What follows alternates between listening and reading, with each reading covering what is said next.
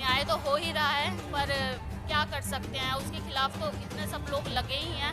तो देखो जल्दी हमें न्याय मिलेगा रितु के मामले में। तो इस तरह के जो कार्यक्रम होते हैं इनके क्या दूरगामी आपको परिणाम देखने को मिलते हैं?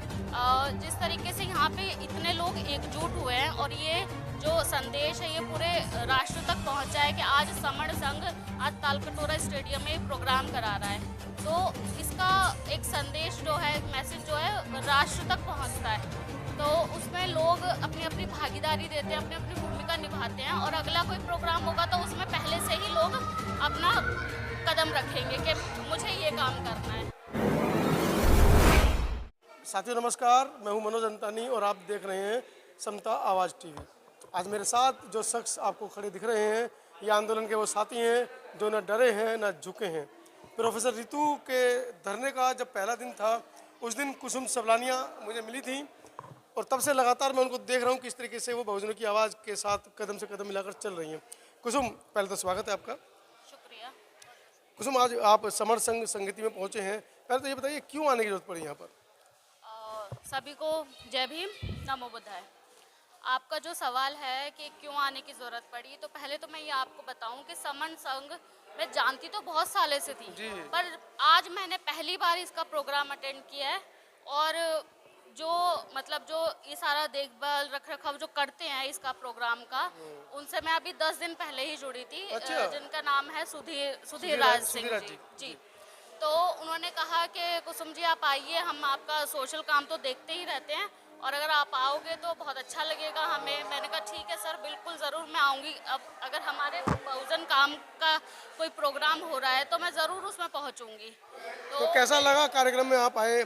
पूरे देश से यहाँ पर जो डेलीगेट्स थे वो आए हुए थे, उन्होंने अपने विचार भी साझा किए हैं, तो किस तरह का अनुभव रहा है? आज मेरी पहली उपस्थिति थी इस प्रोग्राम में। और तो मुझे पहला ही ये ऐतिहासिक कार्यक्रम भी था। जी बिल्कुल, ये तो मुझे आज ही पता चला कि ऐतिहासिक प्रोग्राम बना है। तो मैं बहुत ही खुश हूँ इस टाइम पे कि किस तरीके से उन्होंने पूरे नेशनल को लेकर के साथ में लेकर के चल रहे हैं। और ये बहुजन आंदोलन जो है वो राष्ट्र से और विश्व राष्ट्र बनता जा रहा है। तो मैं बहुत बहुत शुभकामनाएं देना चाहूँगी जो सभी लोग इसमें भागीदारी कर रहे हैं और जो सब लोग अपनी अपनी भूमिका निभा रहे हैं, निस्वार्थ एक तरीके से काम कर रहे हैं। तो ऋतु के प्रोटेस्ट में भी आप गई हैं, उस प्रोटेस्ट को कैसे देख रहे हैं? 170 दिन हो गए हैं। ऋतु का प्रोटेस्ट मैंने पहले दिन से, जब से मैं ज्वाइन किया है तब से मैंने देखा है कि वहाँ की जो दिल्ली यूनिवर्सिटी की जो चीज़ें चलती आ रही हैं, तो एक तरीके से बड़ी बहन की तरह है वो मेरी। तो अन्याय तो हो ही रहा है, पर क्या कर सकते हैं, उसके खिलाफ तो इतने सब लोग लगे ही हैं। तो देखो जल्दी हमें न्याय मिलेगा रितु के मामले में। तो इस तरह के जो कार्यक्रम होते हैं इनके क्या दूरगामी आपको परिणाम देखने को मिलते हैं? जिस तरीके से यहाँ पे इतने लोग एकजुट हुए हैं और ये जो संदेश है ये पूरे राष्ट्र तक पहुँचा है कि आज समण संघ आज तालकटोरा स्टेडियम में प्रोग्राम करा रहा है। तो इसका एक संदेश जो है, एक मैसेज जो है राष्ट्र तक पहुँचता है। तो उसमें लोग अपनी अपनी भागीदारी देते हैं, अपनी अपनी भूमिका निभाते हैं और अगला कोई प्रोग्राम होगा तो उसमें पहले से ही लोग अपना कदम रखेंगे कि मुझे ये काम करना है। जी। जी। तो क्या लगता है जिस जगह पर हम खड़े हैं ये दिल्ली की वो जगह है जहाँ पर पहले अंग्रेज एक बोर्ड लगा कर रखते थे कि भारतीयों का और कुत्तों का आना मना है। भारतीय में वो भारतीय जो अंग्रेजों के साथ उस समय समकक्ष थे। हम लोग तो दलित थे, शूद्र थे, हम लोगों की तो कोई बात ही नहीं थी। उन भारतीयों के लिए बात थी जो अंग्रेजों के साथ खड़े हुआ करते थे या अंग्रेजों के साथ उठते बैठते थे। और आज दलित समाज के लोग इतने बड़े स्टेडियम में एक अपना आंदोलन कर रहे हैं या प्रोटेस्ट कर रहे हैं, उसको किस नज़र से देखते हैं आप? ये सब जो आज हम इस बड़े प्लेटफॉर्म पे जो खड़े हैं और आज हम ये तालकटोरा स्टेडियम में प्रोग्राम करा भर दिया है पूरा, पहली बार भरा सिर्फ होगा। आज जो हम करा रहे हैं ये सारी की सारी जो देन है ये बाबा साहब की देन है। जो आज जो हम यहाँ पे एकजुट हो पा रहे हैं ना, आज जो हम पढ़ लिख गए हैं, इंटेलेक्चुअल बन गए हैं, तो ये सारी चीज़ें डॉक्टर B.R. अम्बेडकर की वजह से है जो आज हम इतने संगठित हो पाए हैं। पर ठीक है, धीरे धीरे चीज़ें बदलेंगी और सुधार आएगा इस समाज में। तो मैं चाहती हूँ कि धीरे धीरे चेंजेस आते रहेंगे। चेंजेस आएंगे। निर्मल साहब, आप तो कई दशकों से समाज में काम कर रहे हैं। जिस समय आप यंग थे और आज में जो आंदोलन चल रहे हैं, खासकर दलित आंदोलन की हम बात करें, तो किस नज़र से देखते हैं क्या क्या क्या बदलाव हुए हैं? आंदोलन जोर पकड़ता जा रहा है। जी जब से उत्तर भारत के अंदर विशेष रूप से मान्यवर काशीराम जी ने कमान संभाली, जी तो युवाओं में जो जागृति आई है, और मैं ये कहूँगा खास तौर से सभी जातियों को लेकर वो चले, न केवल वंचित समाज को। उन्होंने मूल निवासी जिन्हें कहेंगे अल्पसंख्यक को, सबको साथ इकट्ठा किया, तभी तो 4 बार जी बहन मायावती जी मुख्यमंत्री बन पाई। ये सब बाबा साहब अम्बेडकर जी के देन है, और उनके जो संदेशों को मान्यवर काशीराम जी ने पढ़ा भी और समझा भी।